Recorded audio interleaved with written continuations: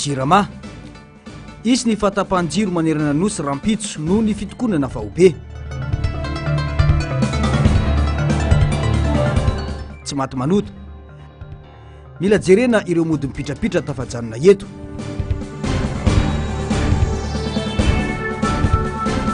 Babara Kotoary Sosy Clémence Rariny natsahatra ny fitsarana ny fanenjena azy ireo tsy tonga niatrika ny fitsarana ny vitory. Manatitra ny fiarabana tompo kilasy tompoky vavy tonga soa ato anatin'ny fotoanan'ny fampahalalam-baovao eto amin'ny fahitalavitra MBS manasana ampanajana izay anaraka ny vaovao hatramin'ny farany. Pejy ny politika sy ny fanarinam-pirenena no isataratsika ny fampahalalam-baovao amin'izao alina izao. Tsy olotokana ihany no navita nanao ampimamba sy tantely afadrakotra ny volam-bahoaka sy ny harem-pirenena teto fa nisy tambajotra maro. Mila fongorona hatramin'ny fakana izany mba anatra ho an'ny mpitondra sy ny mbola hitondra firenena atsy ho atsy hoy ny solombavam-bahoaka voafidy tao Antsirabe voalohany androany. Betsaka no mody mipitrapitra kanefa teo ny vandravandra nampatahotra sy nanampatra fahefana hoy hatrany ity solombavam-bahoaka ity. Ny Antsipriana izay. Olona iray no voatonontonona matetika saingy amafisina fa ny fitopolo isan-jaton'ireo mpiaradia no mena fitantanana tamin'ny fitorana teo aloha dia nanao ampimamba sy tantely afadrakotra ny harem-pirenena sy ny fananam-bahoaka ary volam-bahoaka hoy ny solombavam-bahoaka voafidy tao Antsirabe voalohany. Ohatra akaiky amin'izany ny zava-misy sy ny vaovaony ely momba ny gouvernoura teo aloha ho an'ny faritra vakinankaratra hoy ny fanazavana. Tambajotra fa tsy olona iray voatazona ao Maurice fotsiny hoy hatrany ity solombavam-bahoaka ity. Efa miasa ny ministry ny fitsarana fa tena mila jerena ihany koa ireo mody mampalahelo tsy afaka mitsoka fa mijanona eto ireo mba ho anatra ho an'ireo mpitondra aoriana rehetra hoy hatrany ny fanamafisana. Mila manao ezaka goavana rehefa mandeha moa le izy mamerina tsy misy atakandro ireo arena nataon'ireo mpitondra teo aloha tantely afadrakotra. Mila fanorenana fa tsy vita fotsiny ny fifonana fa tsy maintsy averina ny arena rehetra teto Madagasikara natao tantely afadrakotra. Averina ohatra ny natao Zakaios tamin'ny fotoanandro ny hoe averiko avy efatreny ny fananan'olona nangalariko ary ny atsasako mifananako meko malahelo. Raha mba ohatra ka azo famonjena toy izay koa ireo mpitondra nanao tantely afadrakotra ny fananam-pirenena ireo mpitondra teo aloha 70% iaho raha farany kely hatrany atampony ka hatrany ambany dia nanao tantely afadrakotra ny firenena. Mila averina ny harem-pirenena fa tsy hoe mipoanao ny harem-pirenena dia samy miala. Mila averina ny sazy manandrifan'izany koa dia mila zakaina ihany koa averina ny fananam-pirenena rehetra zay natao tantely afadrakotra zay vao mandeha ny famotsorana na bénédiction tsy fantako zay fomba ilazana azy fa averena aloha fananam-pirenena fa tsy vita amin'izao fotsiny. Voaresaka foana ny olona ray voaresaka fa io réseau zay mahatonga ana amin'ny teny hoe fitopolo isan-jato nanao tantely afadrakotra daholo ka tsy tokony hipetrapetraka fa hatrany amin'ny farany ambany dia mila averina ny harem-pirenena zay mba hafahana manao ny fanonerana dia averina fa tsy vita ho azy fotsiny amin'izao hoe nalaina dia vita dia very fotsiny ihany. Averina daholo ireo volamena rehetrarehetra amin'ny fomba zay mahamety azy. Volamena ny harem-pirenena rehefa hoe harem-pirenena na volamena na vadisoa sy ny sisa sy ny sisa na bois de rose na nina avereny ny harem-pirenena fa kizo fara rikalabe lelokely. Nanamafy hatrany ity solombavam-bahoaka ity fa azo antoka tsara ny fampiasana ny haute cour de justice na ny HCJ amin'izao fotoana raha toka vilehantsaony izany teo aloha. Tsy hisy ihany koa ny solombavam-bahoaka isakana amin'ny fanafoanana ny tsy maty manota eto amin'ny firenena satria efa nifanaiko amin'izany tamin'ny vahoaka ireo maro anisa eo anivon'ny antenimieram-pirenena raha ny fanazavana hatrany. Andrasana ny toyiny satria isan'ny voalaza osakana sy ho afandiovana ireo tsy maty manota ny antenimieram-pirenena teo aloha noho ny tsy fafenona ireo fetrisa ilaina rehefa misy dossier tokony alefa any amin'ny HCJ ho an'ny olona ambony teto amin'ny firenena hatramin'izay. Mboleo amin'izay vaovao izay hatrany tsy verina intsony ny fomba fanao ny fitondrana teo aloha izay managadragadra olona fahatany hoy ny faneho-kevitry ny filohan'ny antoko politika FLN.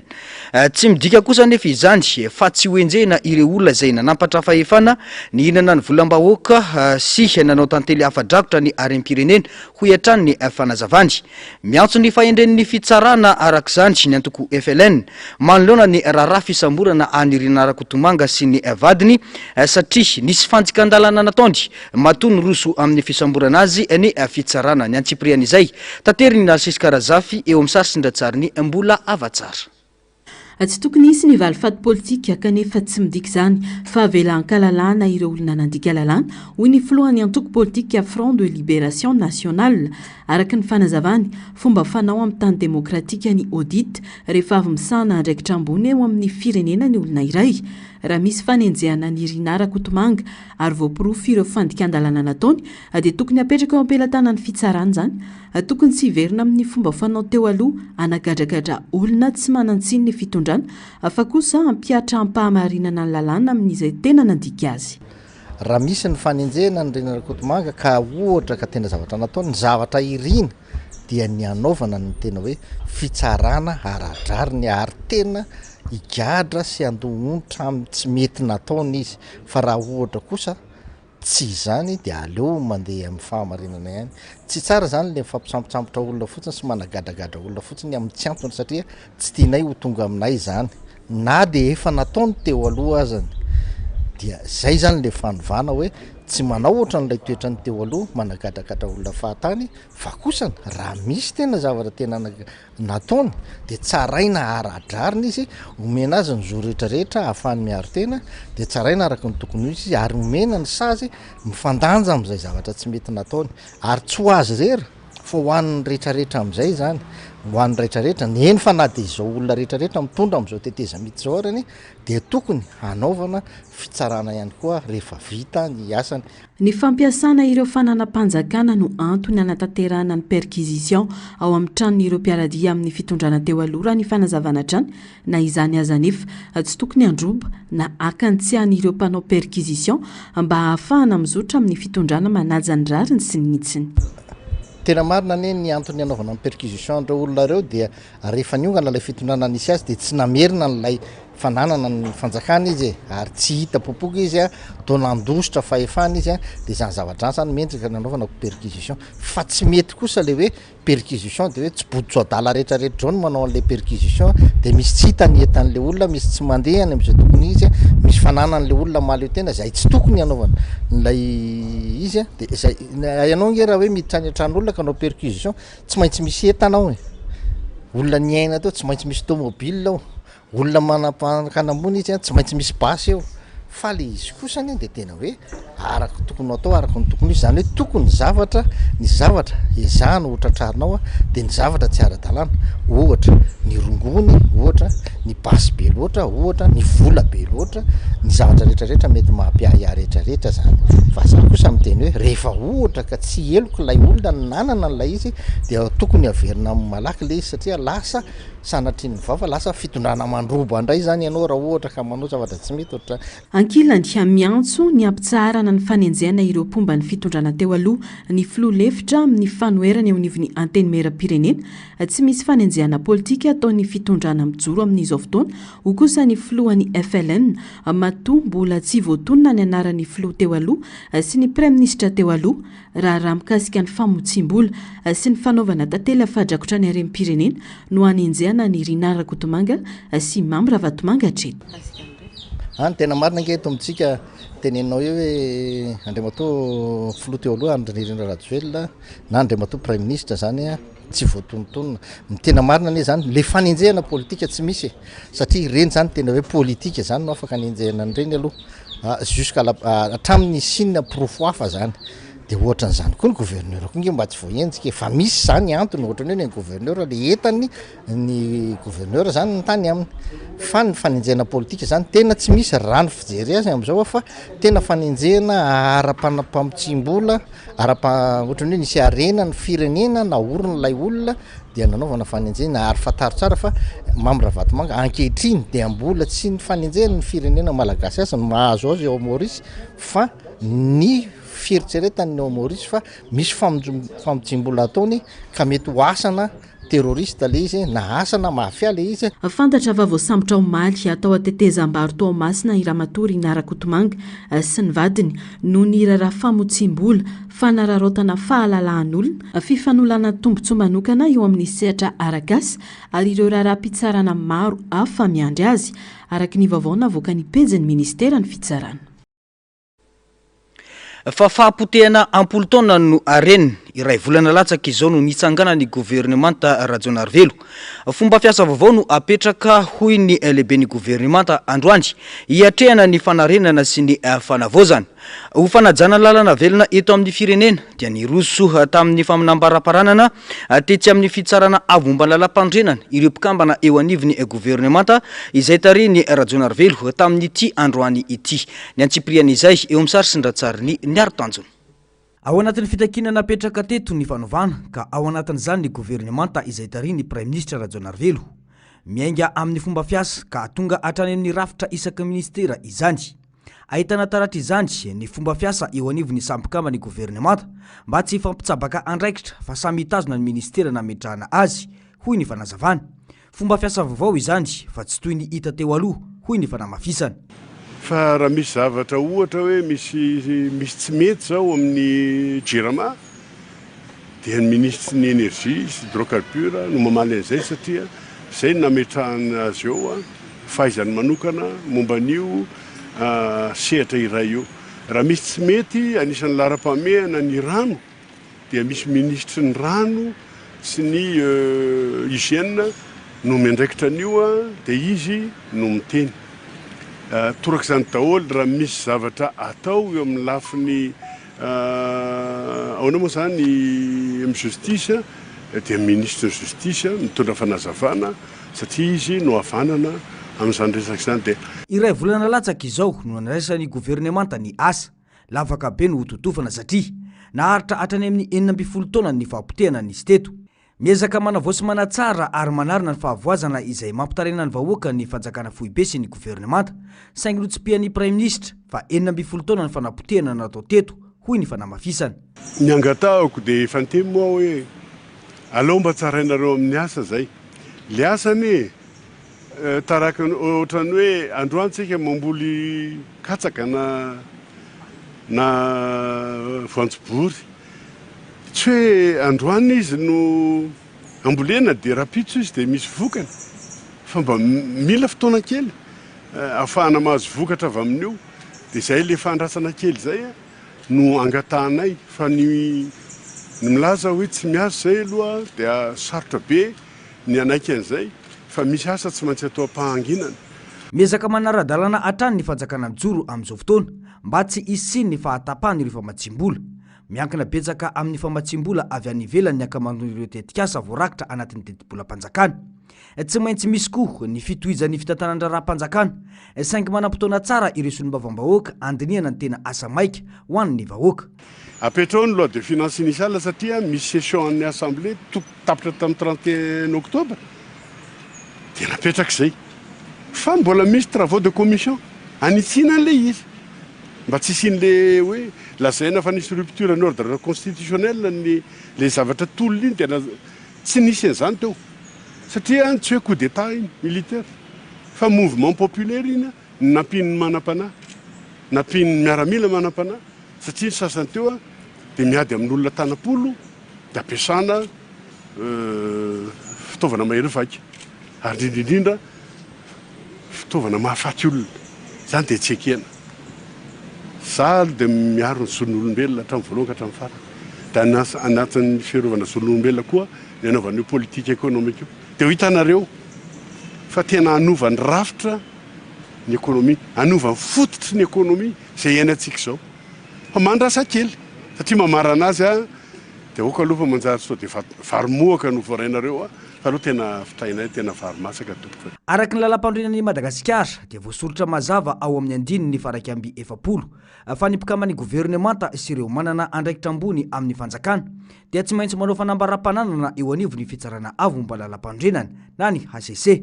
Misy koa ny lalàna manokana mifehy izany dia ny lalàna laharana fa 4 tsipika 4 tamin'ny 12 aogositra taona 4 momba ny adidy amin'ny fanambaram-pananana sy ny ady amin'ny kolikoly izay manamafy sy manazava ny fomba fanatanterahana io fanambarana io. Androany no nanatanteraka izany ireto mpikambana eo anivony gouvernemanta ireto.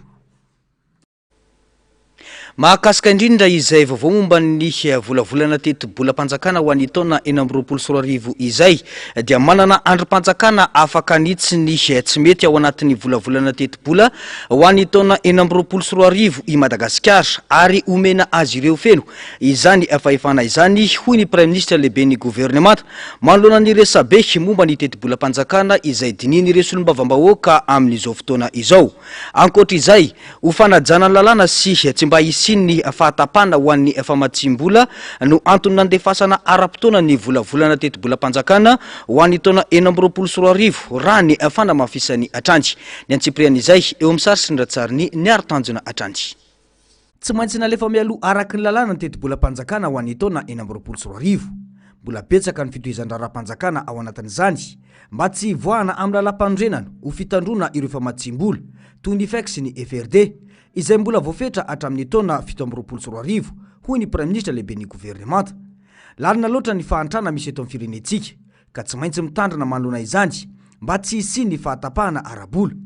Manam-pahefana feno anitsy ny teti-bola nefa ny solombavam-bahoaka mba ampifanaraka io volavolana teti-bola io amin'ny fitakiam-bahoaka teny an-kianja hoy ny fanamafisana. Dia izay zany natonga izy hoe marina misy continuité de l'État na tiatsika na tsy tiatsika satria ohatra fotsiny fifandraisantsika amin'ny FMI sy Banque mondiale na Union européenne dia sous programme tsika ale hoe eny eto patégera antsika hoe ina momba le rahana amindreo fa andao tsika tonga dia hiala amindreo dia alao mba tsy miankin-dotsony tena ekena zay tompoko fa le programme hoe FEC sy FSD rahana amin'ny FMI ohatra dia taona 3 hatramin'ny 7 ka raha vao tapaka izay dia le fatapahana zany hitondra zavatra tsy ampoizina satria firenena mantrany atsika ary le fahantrana tsy hoe tamin'ny natongavanay teo fa fahantrana efa ela fa mbola misy fotoana iverenako izay efa amapolo taona lafa no mantra le firenena no misy olana ny jiro no misy olana ny rano no misy olana ny fahantrana dia zay ny alavany zany cycle économique zany tsy resaka volana fa resaka mataona za tsy miteny hoe meo taona ho za alao aloha farafaratsiny mba halamina le tontolo iainana ara-toekarena sy ara-tsosialy tsy maintsy mila fotoana kely zay ary tsy azo angalana na dia hoe tao maika arytsika dia alao tsy tara fa tsy maika satria mifandray aman'olona ny velantsika. Tsy avela fotsiny amin'izao ny volavolan-dalàna momba ny teti-bola fa tsy maintsy isy ny fikitiana azy mba hifanaraka amin'ny olana maro lafy iainan'ny malagasy amin'izao fotoana izao. Ohatra akaiky amin'ny zava-misy mantsy ny fanapana ataon'ny vondrona afrikanina nampiato ny fiaraha-miasa amin'ny Madagasikara ary nanaraka izany ihany koa ny firenena mikambana. Raha vao iny fotsiny zao vao nanao suspension zany hoe tsy sanction le Union africaine fa suspension dia nanaraka ny ONU dia izay moa no teny tamin'izareo hoe ohatrany tsy dia manaraka loatra n'le fetra iraisam-pirenena ny anareo tonga dia niteny an'iny satria zay membre atao amin'ny SADC zay moa zany atao hoe subsidiarité régionale tokony SADC zany mandeha mijery aty dia manome ny conclusion dia zay ireo vao maka an'le décision dia ny azy moa dia nataony aloha sarotra be ny teny aloha izy fa za fantatro ny antony satria io mouvement na GNJ io tsy eto Madagasikara fa fantatrika fa eran-tany ka mety misy ve fitondram-panjakana fa zokonjokony ihany ka matahotra ny hoe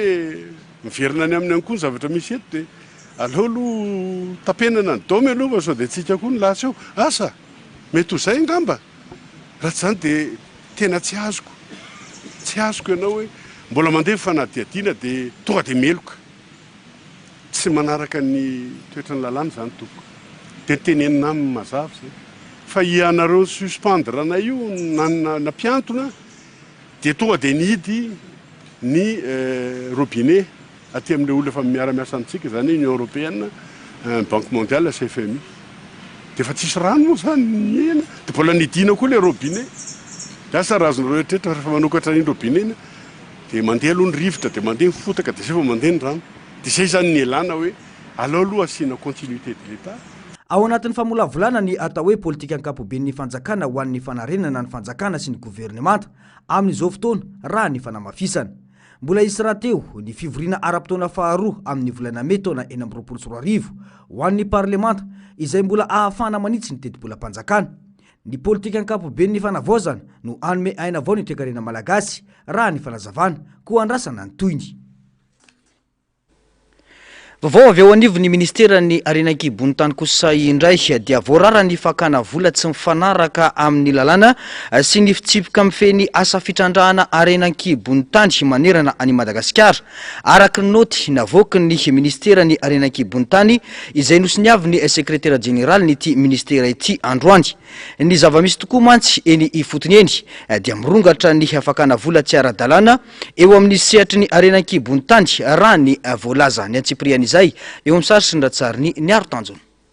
Ny tombony tranga fakana vola tsy ara-dalàna ataona olon-tsotra na mpiasam-panjakana na olom-bofidy sasantsasany any amin'ny faritra maro manerana nozy amin'ny asa fitrandrana ny arenan-kibony tany. Ireo vola ireo hoy ny noty navoakan'ny ministera androany dia tokony horaisina eny anivon'ireo mpirom-panjakana tandrify izany ihany araka ny voafaritra ao anatin'ny lalàna feny arenan-kibony tany. Noho izany dia voarara tanteraka ny fakana vola amin'ireo mpandraharaha sy mpisehatra amin'ny sehatry ny arenan-kibony tany ivelan'ny fepetra sy ny lalàna. Enjehina araka ny lalàna mifeny mpiasam-panjakana na eloka bevava araka izany izay tratra minihy mandika lalàna. Manentana ireo manampahefana rehetra eny fotony sy ireo mpikambana ao amin'ny OMC ihany koa ny ministeran'ny arenan-kibony tany mba anaraka akaiky sy anatanteraka avy hatrany ity toromarika ity. Tsy maintsy mandray andraikitra avy hatrany ny tompon'andraikitra rehetra raha vao misy ny fisehoan-javatra mifanohitra amin'izany ho hiatrany ny taratasy. Ity noty ity no natao dia ho fiarovana ny tombotsoan'ny fanjakana sy ny vahoaka. Ankoatr'izay dia nanentana ireo mpisehatra sy ny orinasa rehetra mpitrandraka arenan-kibony tany ny ministera mba anajatanteraka ny fepetra sy ny fitsipika voalazan'ny lalàna feny asa fitrandrahana mba ahafahana mitazona ny fitokisana sy ny mangarahara eo amin'ny sehatra stratezika ho an'ny toekarena ny firenena. Fa natao anatin'ny fahampotehana zany no nandraisana ny firenena dia tsy tokony avela hitarazoka ny famahana ny olana ka ampitombo indray ny fahasahiranam-bahoaka hoy ny mpanao politika. Hita ny ezaka amin'ny alalan'ireo fanapahan-kevitra raisy ny mpitondra fanjakana saingy any amin'ny vokatra no andrasan'ny maro hoy ny fanamafisana. Tsy tokony iraviravitana ireo olom-pirenena eo anatrehan'ny zavamisy fa anohiatrany ny fanaraha-maso ny asan'ny mpanatanteraka tsy iverena ny tranga teo aloha intsony. Ando Miaratina sy Mathieu Princy no mitondra ny Antsipriam-baovao. Hitantaratra ny ezaka ataon'ny fitondram-panjakana ankehitriny amin'ireo karazana fanapahan-kevitra raisiny hitondrana fanovana miainga amin'ny fitantanan-dra-panjakana. Eo ny ezaka fandraisan'ny rehetra ny vokatra amin'izany. Mametrapetraka an'ireo rafitra amin'ny araky ny tanatohatra tsirairay avy tokony ampisy azy avy zany zao ny tompona ndraiky fanjakana. Hitantsika fa nisy ireo fanendrena ny sesilany tao anatin'izay iray volana izay ezahana ampandeha sy ampizotra soamantsara zany ny fitantanan-draharaha eo anivon'ny fitondram-panjakana. Hitantsika ihany koa fa efa manomboka voajery tsikelikely ireo karazana dossier maro samihafa izay hitantsika fa nafapana tao anatin'izay anisan'izany ohatra resaka jirama izay hitantsika fa manao fanambarana matetetika ry zareo tompon'andraikitra ao anivon'ny ministera hoe inona ny vahaolana mety ho hita ao anatin'izay dia miezaka ihany koa mametraka an'ireo lamina. Ny ezaka aloha zany zao ny betsaka amin'izao fotoana izao fa ny hoe azo sapain-tanana sy tsy azo sapain-tanana dia miankina amin'ny hoe inona ny tena resultat endrasantsika ao anatin'ny fohy-ezaka ao anatin'ny lavitra-ezaka ihany koa ao anatin'izay. Natao anaty fampitehana zany ho nandraisana ny fitantanana.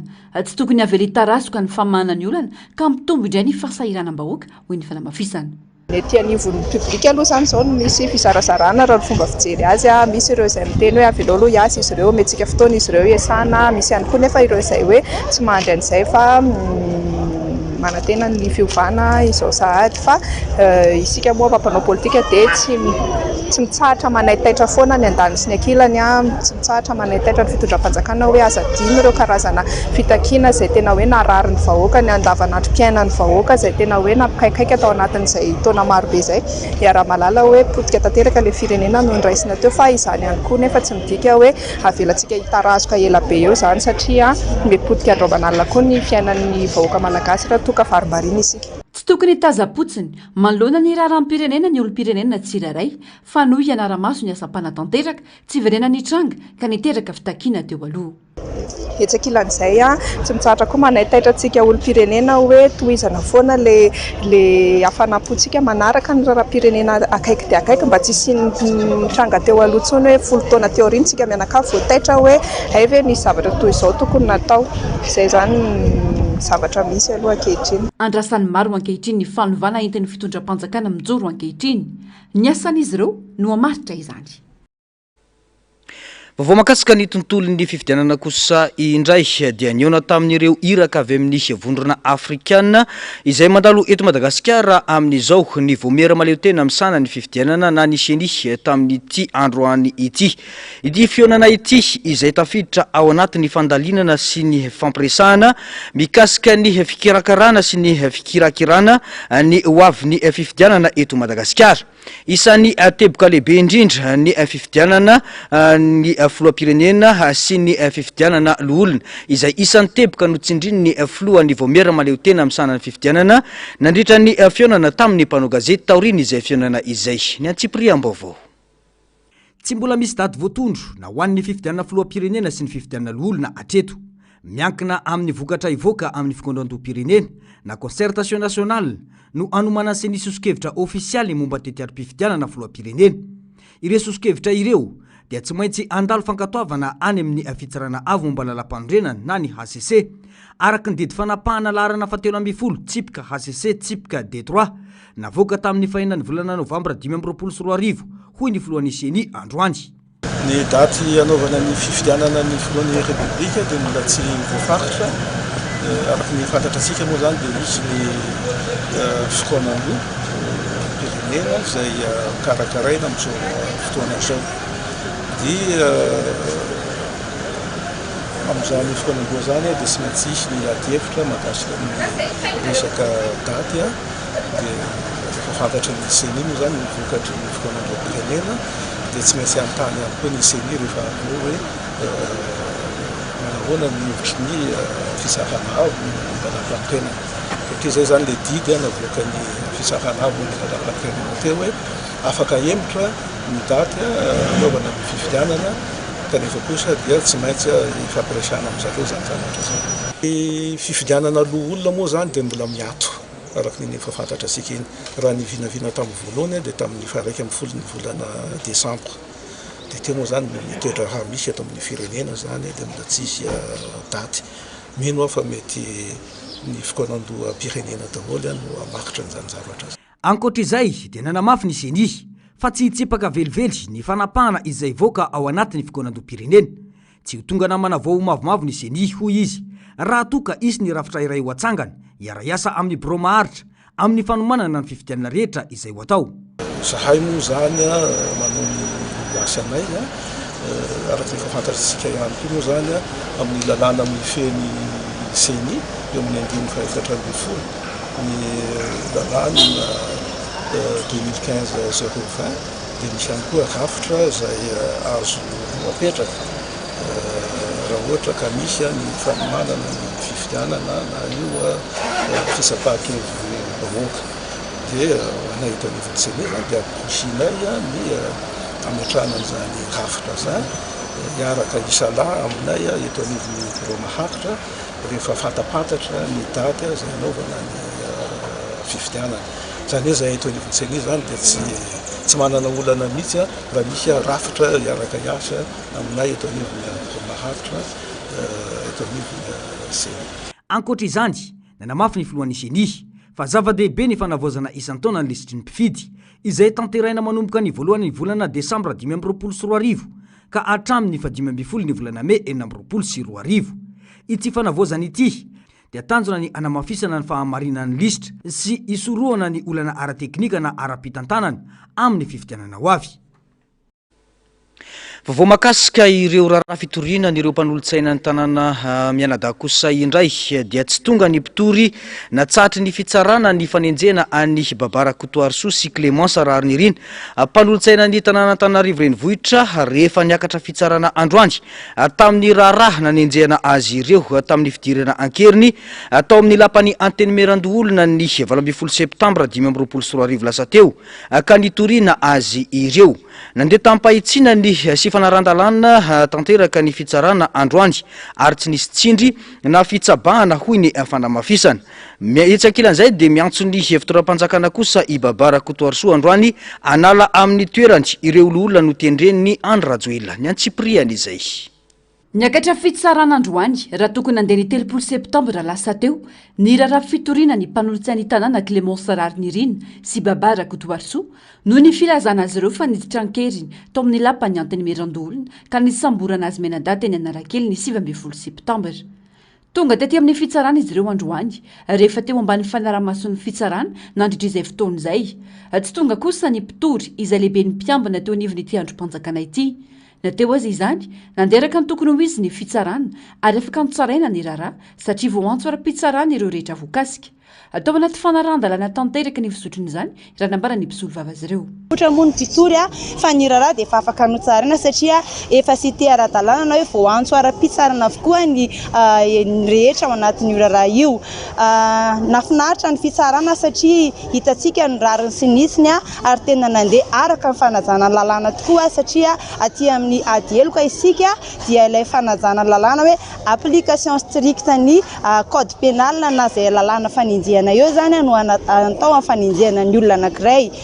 Ny fampanohavana izay amafisiko hoe maître de poursuite na hoe tompon'ny faninjehana dia nangataka izy ny anatsarana ny faninjehana zareo menadahy satria izareo izay tompon'ny faninjehana dia mahita fa tsy misy akory tokony aninjehana zareo ireo zany décision hoe renvoi de fin de la poursuite zany no décision tsara indrindra ety anatrihan'ny adieloka dia izay tompo. Tampahitsina no nandehanana ny raharaha-pitsarana androany hoy ny fanamafisana. Tsy nisy fitsabahana na tsindry nandritra izany hoy Babarakotoarso. Nanamafy ny tenany ary miantso ny filoham-panjakana anala amin'ny toerany ireo olona izay notendren'ny Andry Rajoelina. Ingany ka mba ho tapitra hatreo ary tsy hisy intsony karazana tsindry ataon'ny manam-pahefana, ataon'ny fahefana mpanatanteraka izay tsy afenina fa nisy zany teo aloha. Tena nisy zany teo aloha, tsy mora ny fanadiovana, tsy tsara toerana ny tenako. Raha ny melesona na hitondran'izany eto anivon'ity tribunal eto anosy manerana Madagasikara fa misolo tena kosa n'ireo madinika araka ny voalazako teo fa be dia be ny tratra ny tsindry azo lena, tratra ny antso-jay hiaran'ny tsirariny ety anivon'ny fitsarana tompoko. Everiko fa rehefa totosasy tanteraka ty androany ity dia fangatahana no ataoko eto. Maniry fa tsy manery. An'Andriamatoa filoham-panjakana raiso ny fepetra esory amin'ny toerany ireo olona notendren'ny filoha teo aloha. Aleo soloina fa nisy fanaparam-pahefana atao izao iarahantsika mahita izao izay Clémence Raharnirina izany. Adidy amin'ny mampanolo-tsaina no nataon'izy telo mianadahy.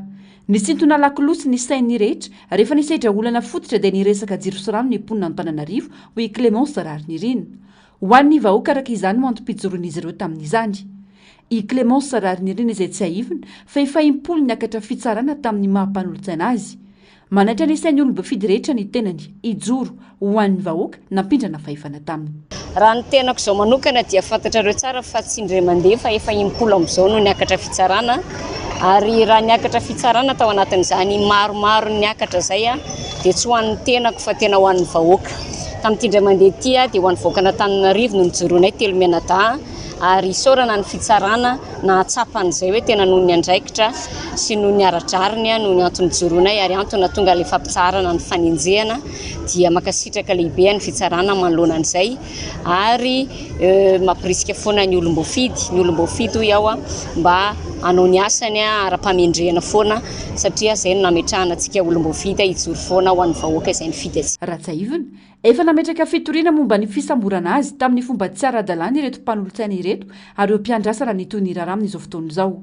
Ny fihetsika naseho amin'ireo mpanolontsaina tanàna telo mianadahy no anisan'ny nitondra fanovana teto amin'ny firenena ka mitarika tamin'ny fijoroana izao fitondrana vaovao izao. Fatahorin'ny fiovam-pitantanana sy fiovam-pitondranana teto Madagasikara dia malagasy maro mpanao politika ary mpandrarana no sesitan'ny tena ny tany ivelany no mody antanindrazana amin'izao fotoana izao. Isan'ireny ny Prime Ministre teo aloha Jean Ravelonarivo izay tonga antanindrazana alina ary nilaza fa mbola ho avy ny fotoana anehoan'ny heviny manoloana ny zava-misy eto amin'ny firenena amin'izao fotoana izao.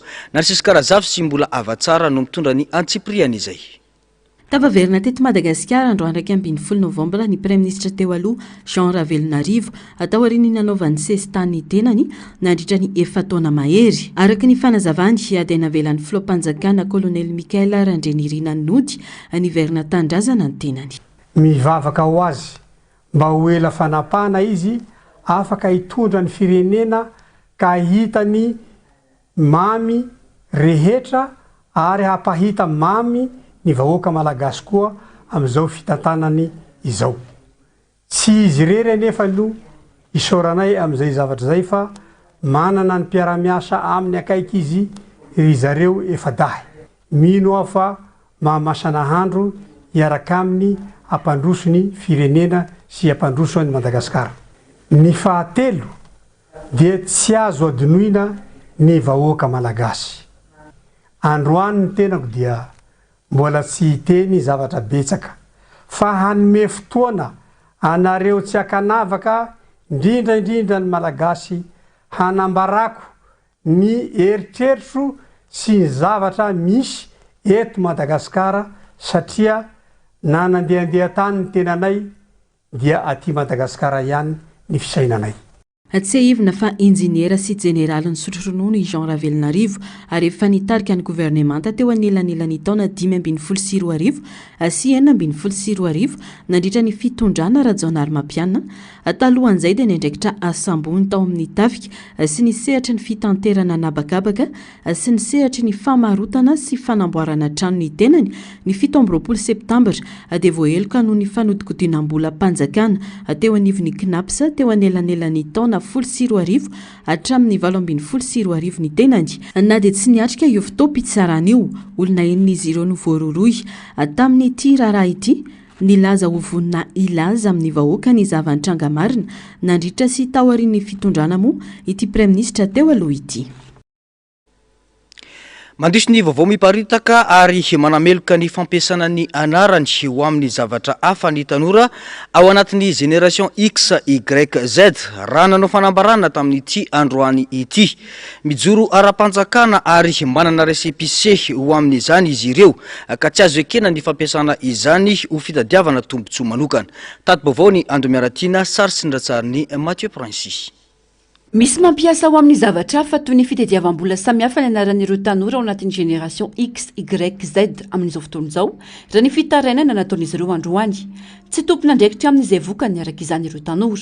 Ary amin'izao fotoana izao dia manao izay fanambarana izay satria misy olona mitondra ny anaranay mandendehany mangataka vola eto sy eroa dia eto izay dia miteny fa tsy izahay ireny fa mitondra ny anaranay fotsiny ka tsy tompona ndraikitra izay tompoko amin'ny zavatra rehetra izay mety ho ataony any ambadimbadika any fa izay kosa dia milaza fa anaranay no entin'ny zareo mandendeha any.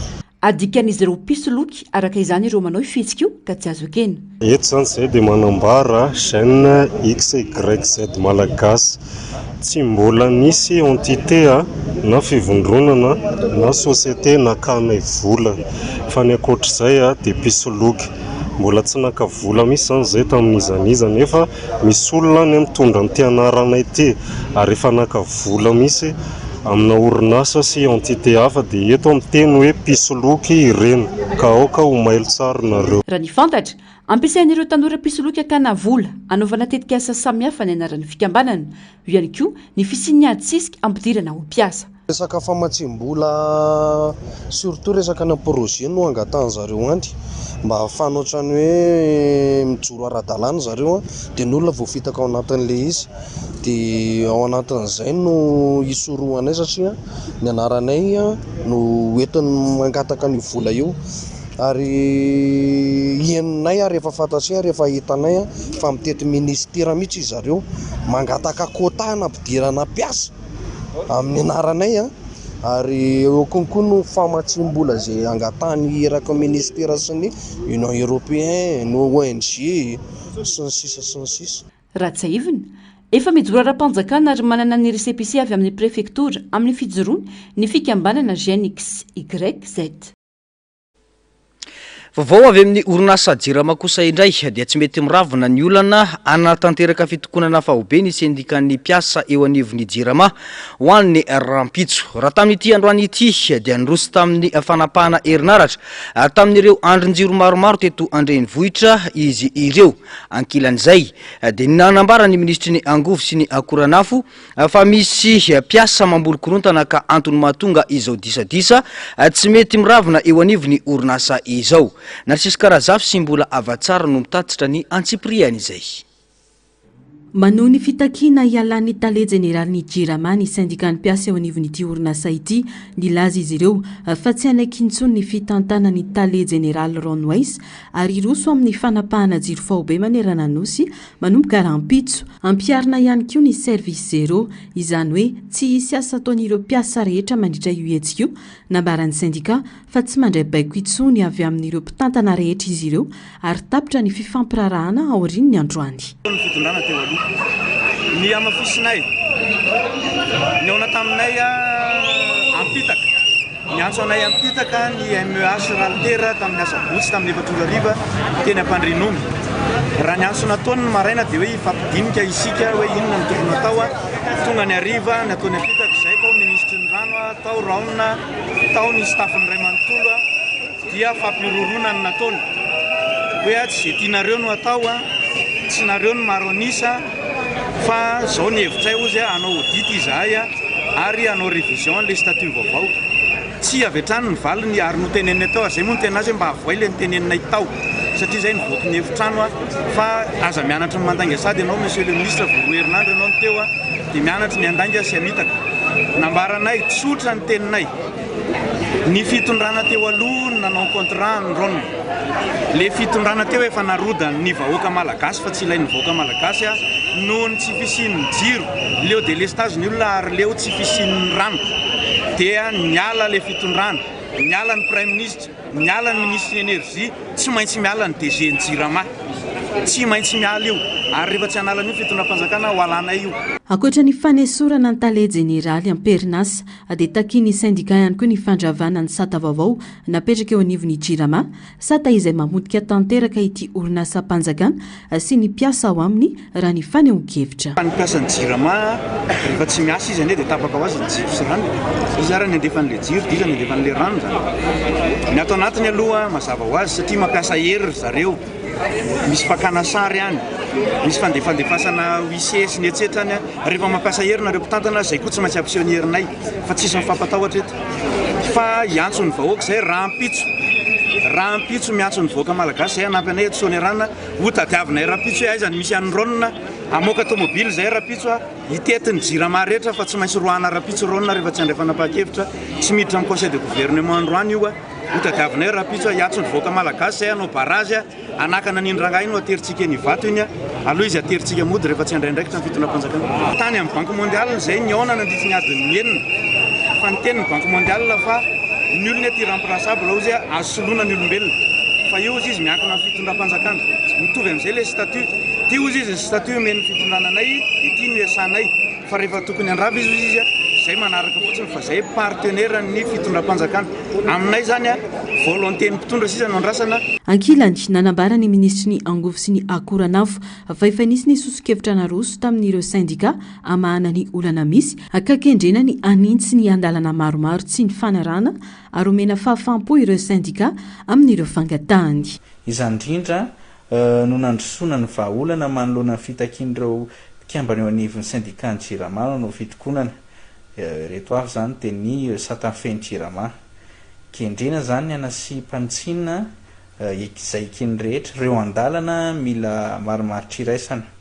Mahakasika ny sosialy indray dia arak'izay azon'ny Jirama ho atao dia omena fahafampo ireo syndika zany amin'ny fandakatahana. Mahakasika ny filakevim-pitantanana indray dia iova ho azy zany satria vaovantany ataony fanitsinareo andalana vitsy ao anatin'ny Satanfeny Jirama dia miova ireo filakevim-pitantanana. Ho an'ireo mpiasa izay niditra amponja andrasana zany avy amin'ny syndika ampiasan'ny Jirama leo laharana sy antonto taratasy momba ireo mpiasa niditra amponja ireo ho ampitaina amin'ny ministeran'ny fitsarana zany mba ho diniana lalina tsirairay zany afana mijery ny rariny sy nintsiny maleo tena ny fitsarana ary misy ireo ambara tonga maefa isatsokajy nijery zany. Ny valin'ny audit natao kosa no ahafahana manalana tsy ny tale generaln'ity orinasa ity raha ny fanazavana trany nambaran'ny ministra moa fa misy ireo andihana piasa minima anakorotana ny Jirama ka manapaka ny jiro amin'ny ora tsy tokony hanaovana izany. Mahakasika ny fanesorana ny tale generaln'ny Jirama dia misy ny fangatana fitsiriana na ny audit amin'ny fitantanana sy ny lafiny ara-polaka valin'io no anamarina na misy ny vokatra azo na sanatria hoe tena tsy misy mandeha amin'ny loany ny fitantanana ka hitondra fanapahan-kevitra izay tsy maintsy horaisina.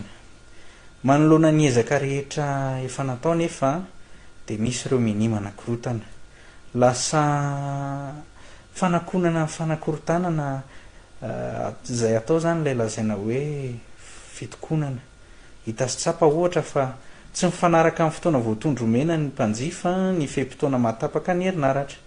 Misy arak'izany ny tompona andraikitra no isorona tamin'ny toerany eo anivon'ny foibe misana ny fitsinjarana ny herinaratra amin'ny Jirama ary miditra amin'ny fanadihadiana lalina izahay ankehitriny. Raha ny zavatra hita ny tolakandro teo dia nitety ireo maso ivo sy Bran'ny Jirama rehetra ireo olombitsy voalaza fa mamboly korotana ireo ary manapaka ny herinaratra avy eny amin'ny andrin-jiro toy ny teny amin'ny Bran'ny Jirama Atsahavola, ny teny amin'ny foibe mpitantanana misahana ny famatsiana eo Akaty Fotsy sy ny maro hafa.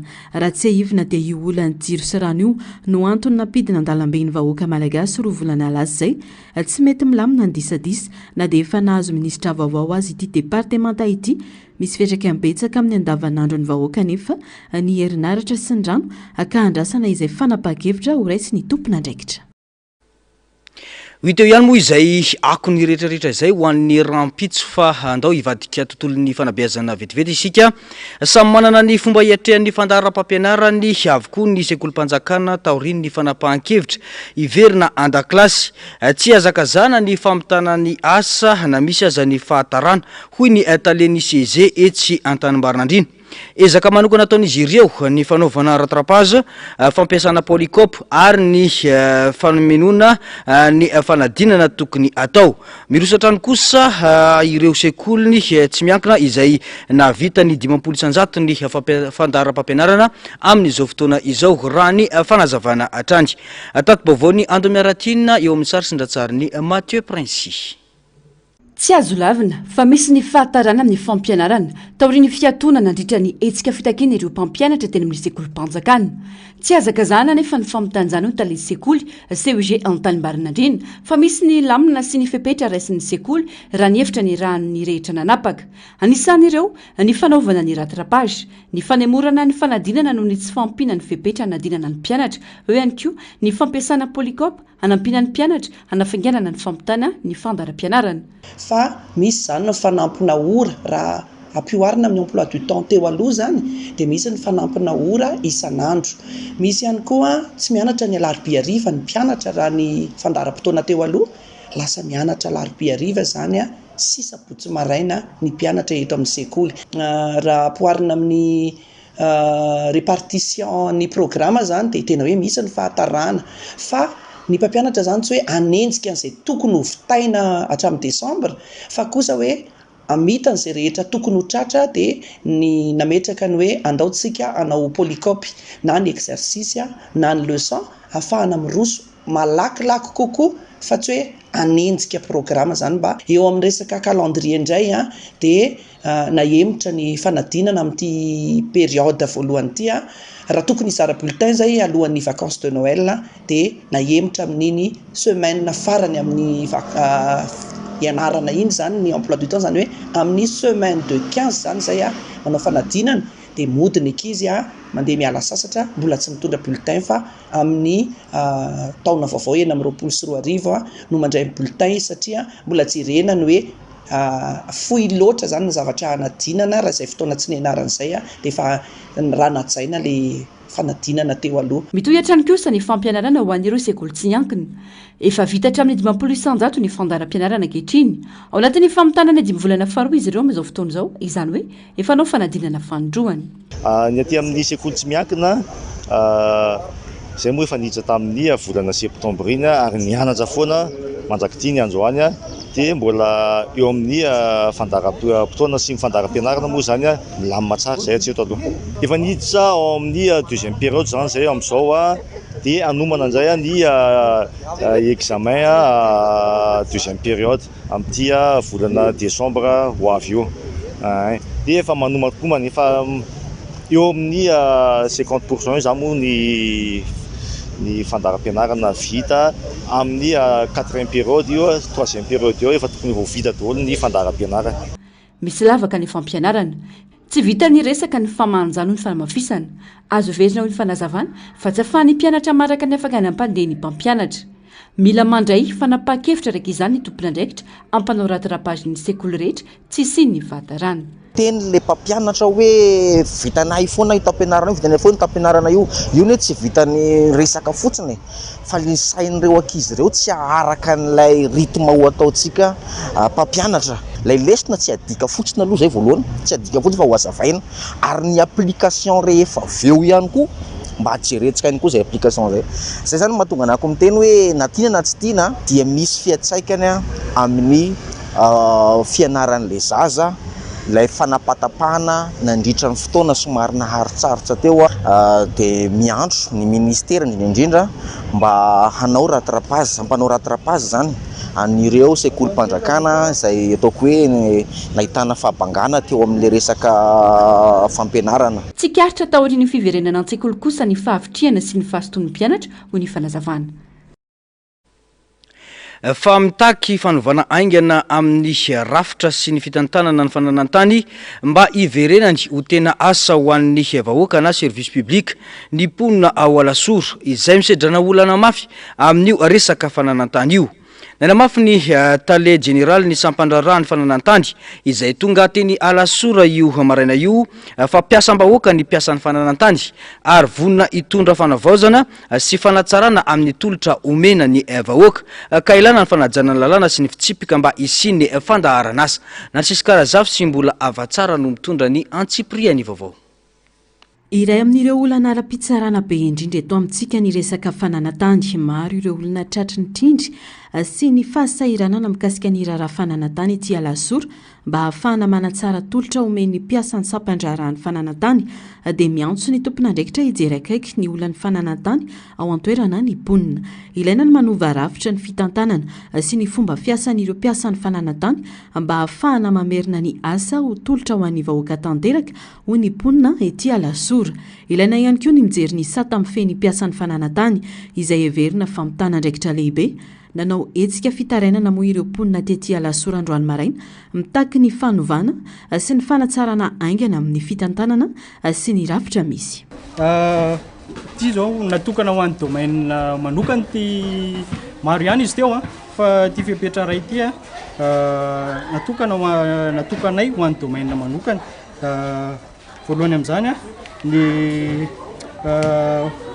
ho an'ny domaine mila vaina ny rafitry ny fitantanana mila tsara ina ny fomba fiasa ao amin'ny piasa mba hisian'ny service public azy fa tsy natao nomponina ny piasa ao amin'ny domaine satria raha tao anatin'ny enitaona lasa zay a dia hita ary tena mangarahara fa ohatrany hoe lasa mpanjaka kely a ny piasa ao amin'ny domaine dia mba hiverenan'le izy ho an'ny public zany a ho an'ny vahoaka dia zay indrindra no fangatanay kanefa tsy izay ihany fa mila jerena koa nefany a ny sata izay mikasika ny piasa ao amin'ny domaine mba tsy hahafahan'izy ireo a manao ny tsy ara-drariny a manao ny kolikoly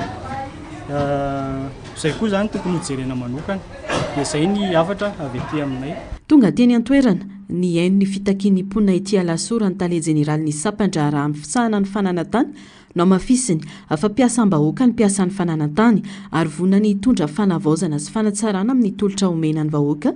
Nanentana ihany koa ny tenany ny tokony hanajana ny lalàna sy ny fitsipika satria tsy azo ekena ny fisian'ny tsy fanarahan-dalàna indrindra ao anatin'izao fanavaozana ka saina atao izao. Fiditra anatin'ilay refondation système tetonivony Sapandrara zany ny domaine stopo dia efa nanomboka an'izay tao anatin'izay semaine de doléance zay ary mitohy izay iarahana ministera ny fianajariana tany sy ny raharaha-tany sy ny ministera mikasika ny refondation izay minotsika fa izao hetsika izao dia efa tafiditra anatin'izay matoa mitaraina ny vahoaka matoa mitaraina ny mpanjifa dia misy tsy mety ao ary zahay dia miara-manaiky an'izay tsika dia tokony fanomitanana nefa na zanajany amin'ny fanatsarana ho tombotsoa ny Sapandrara ho tombotsoa ny vahoaka malagasy mpanjifa amin'ity resaka fananantany ity mba ilaminana indray manomboka izao fa tsy fitarainana lava no eno fa mba ho Sapandrara ataontsika hoe mba mendrika ary manome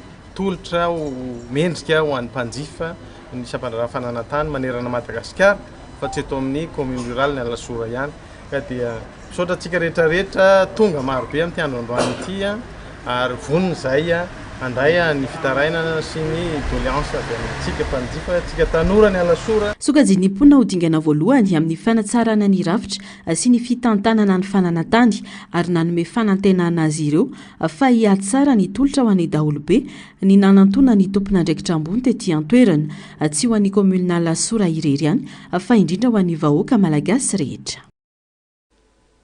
Vaovao avy any amin'ny faritany Toliara kosa indray dia miamafy ny olana ara-pahasalamana sy sosialy ao an-drenivohitry ny faritany Toliara. Maloto tanteraka ny tanàna hoy ny fitarainan'ireo mponina noho ny fako misavovona manerana ny arabe sy eny an-tsena.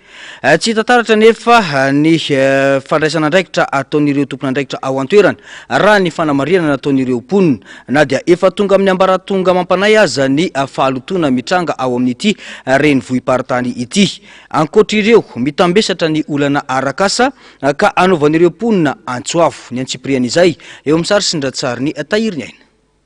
Endriky ny tsy fanjarian'ny fitantanana sy ny tsy fampiny fotodrafitrasa sosialy ny zava-miseho eto an-tampon-tanàna ny Toliara amin'izao fotoana izao.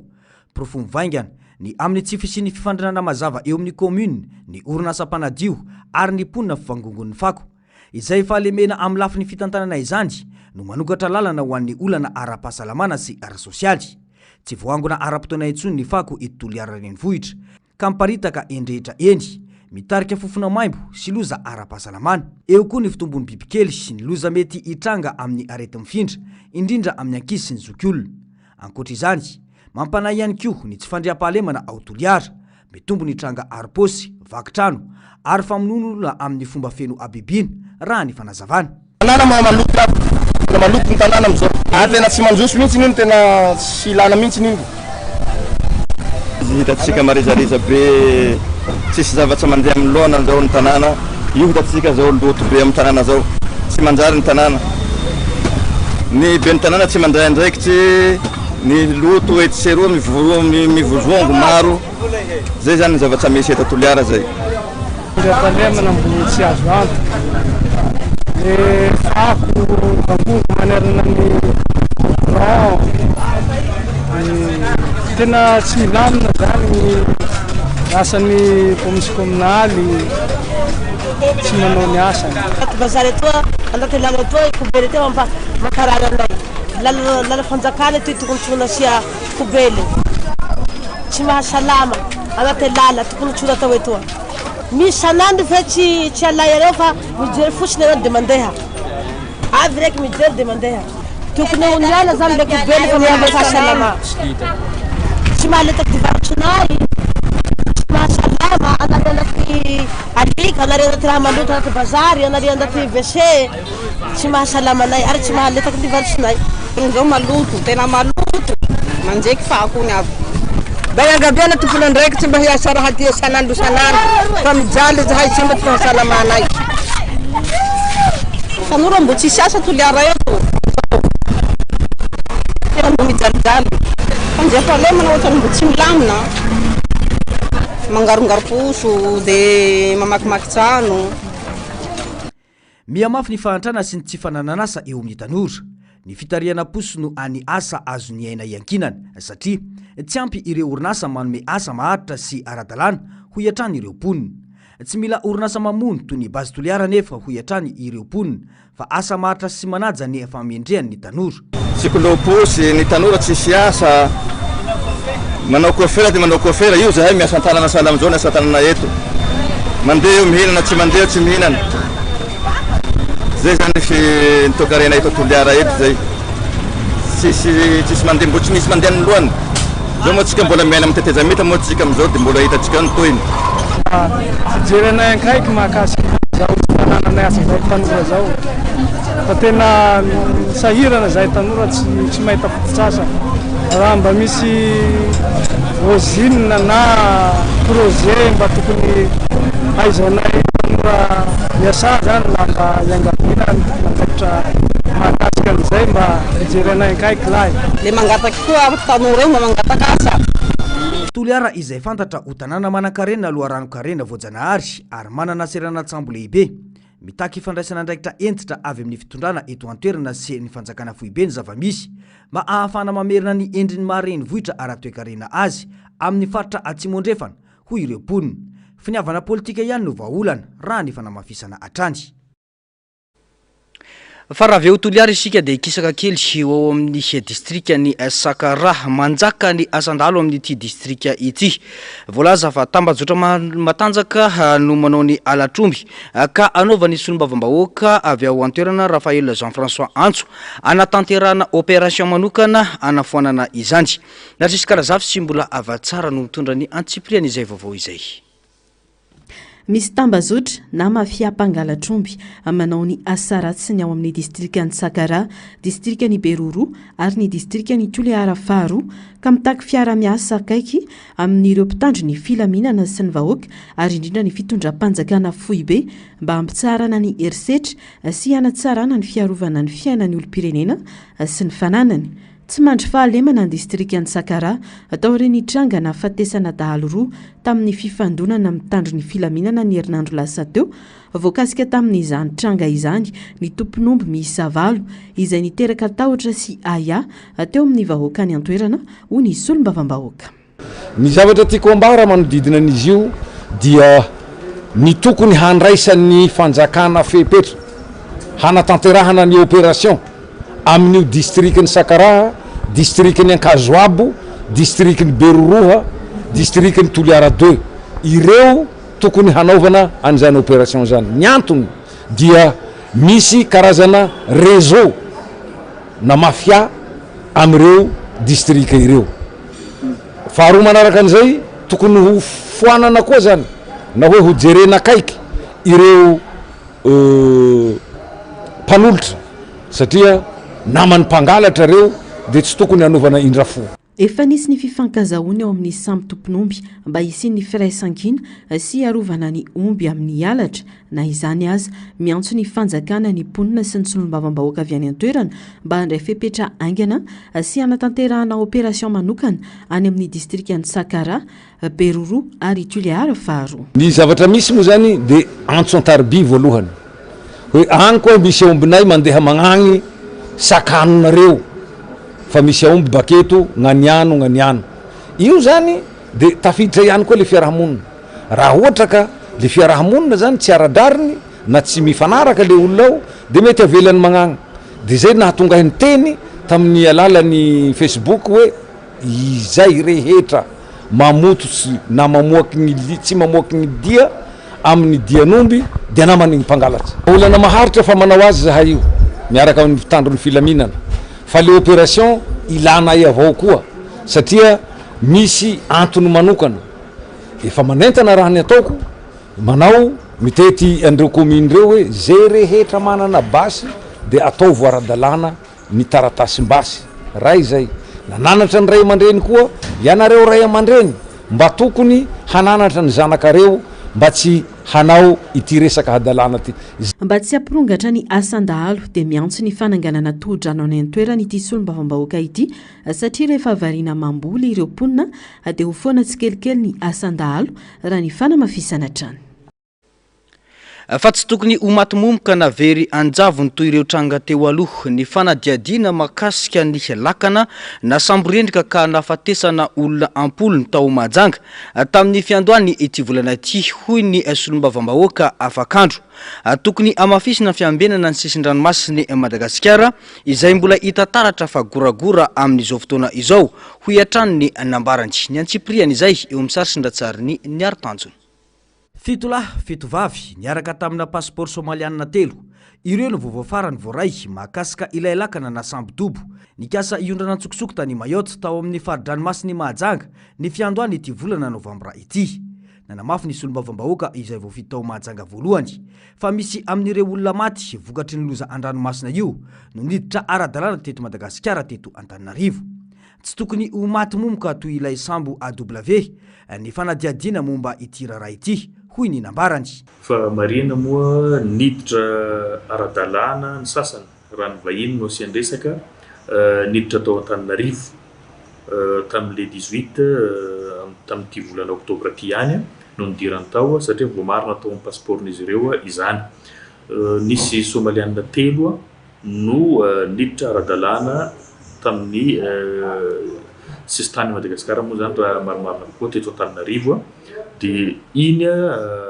faty zay hitatsika tody an-tanety reny no nanamarina zany ka fandehany io zavatra io moa zany ny morotsiraky Madagasikara ngeza ary sarotra no anarahana maso azy fa raha ny zavatra nisy tao Mahajanga dia efa hitahita soritra zany fa niainga tao Mahajanga zany ny fiangana zay hoany Mayotte zay moa zany no vangotsika treto makasika ny information zay miparitaka ka io no anairatsika ny tompona andraikitra voakasika ny tiraraha ity mba tsy ho very anjambany ohatran'ilay sambo taloha teo zay tamin'ny volana Jona tsy hita popoka treto ary tsisy zavatra mazava makasika an'izay zavatra zay ka izao koa zao misy tranga hafa koa ka ny tompona andraikitra zany tokony tsy salasala anambara ampabe maso ampafantatra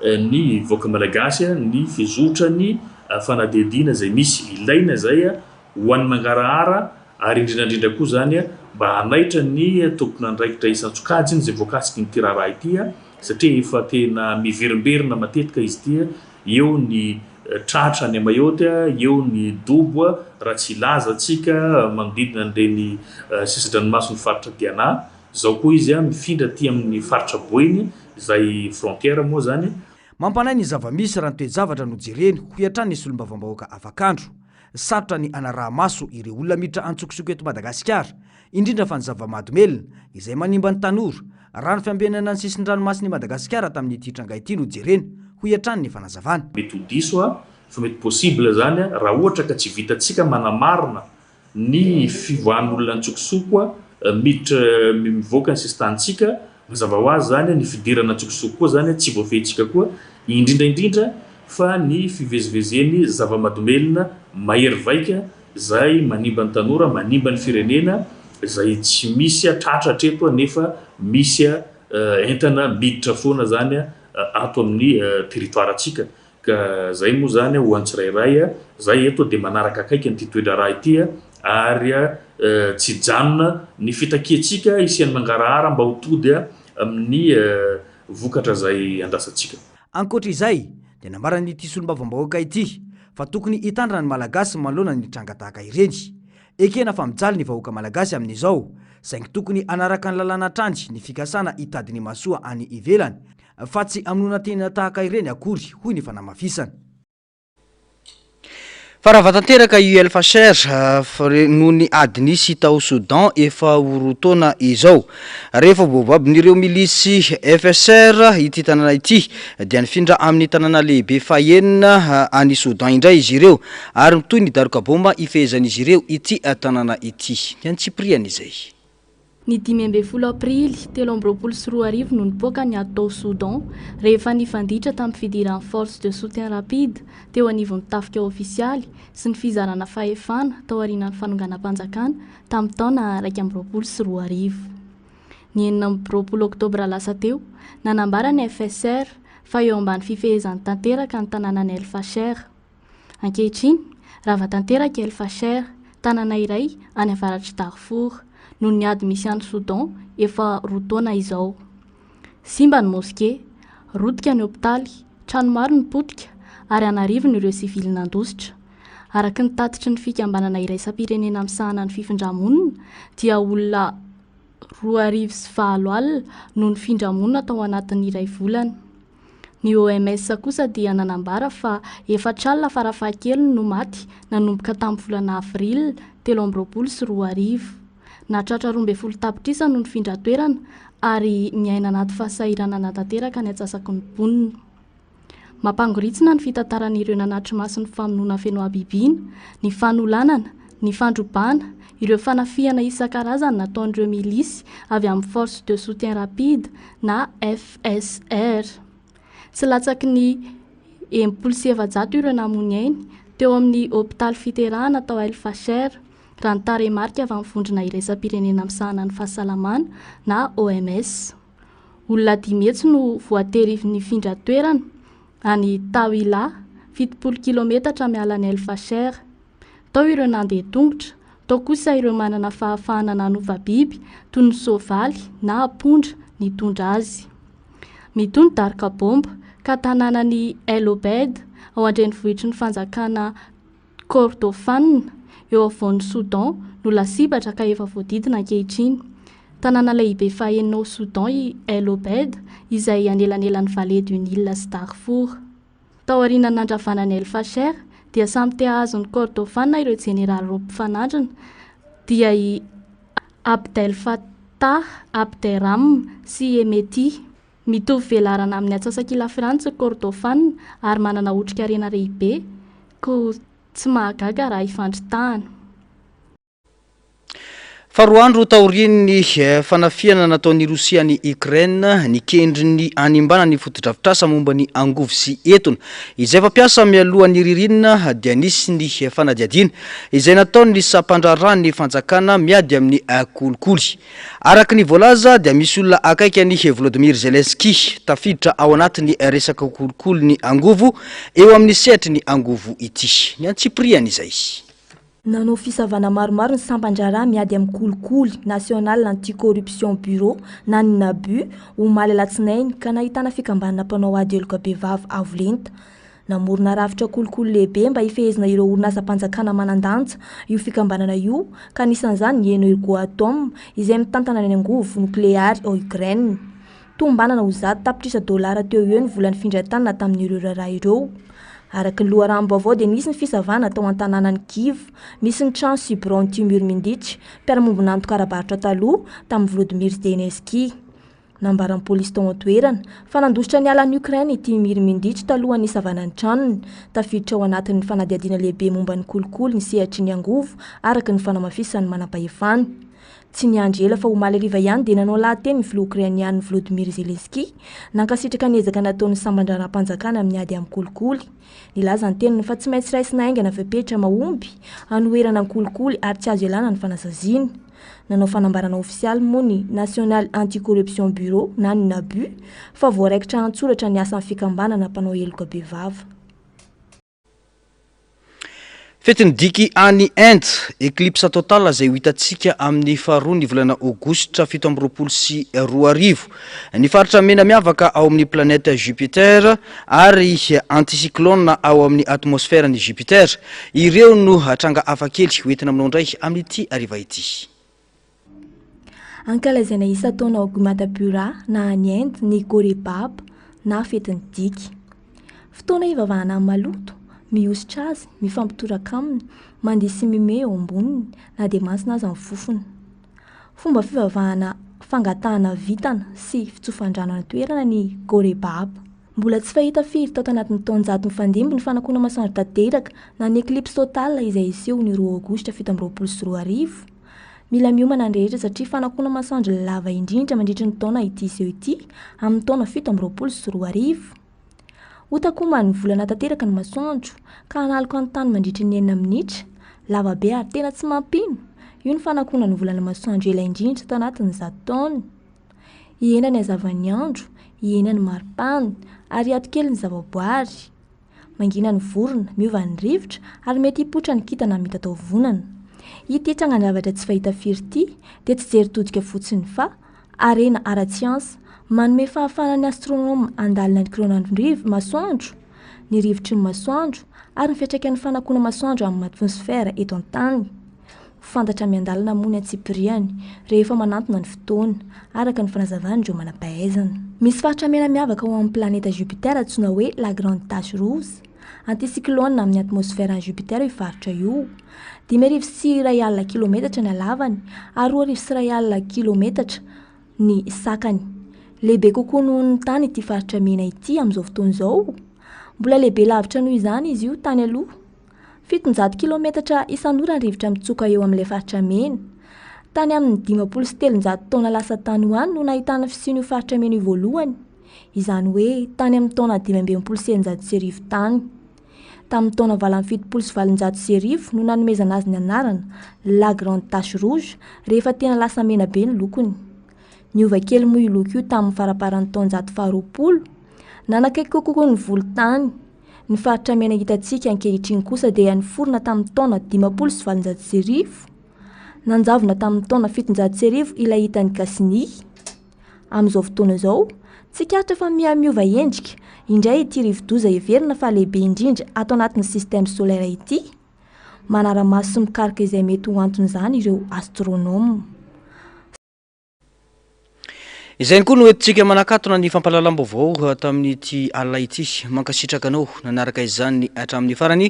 Isaona hatrany ireo teknisiana sy ny namana mpanao gazety nafahana nanantontosa izao fampahalalam-baovao izao. Mametraka ny soavatsara. Filma tompoko.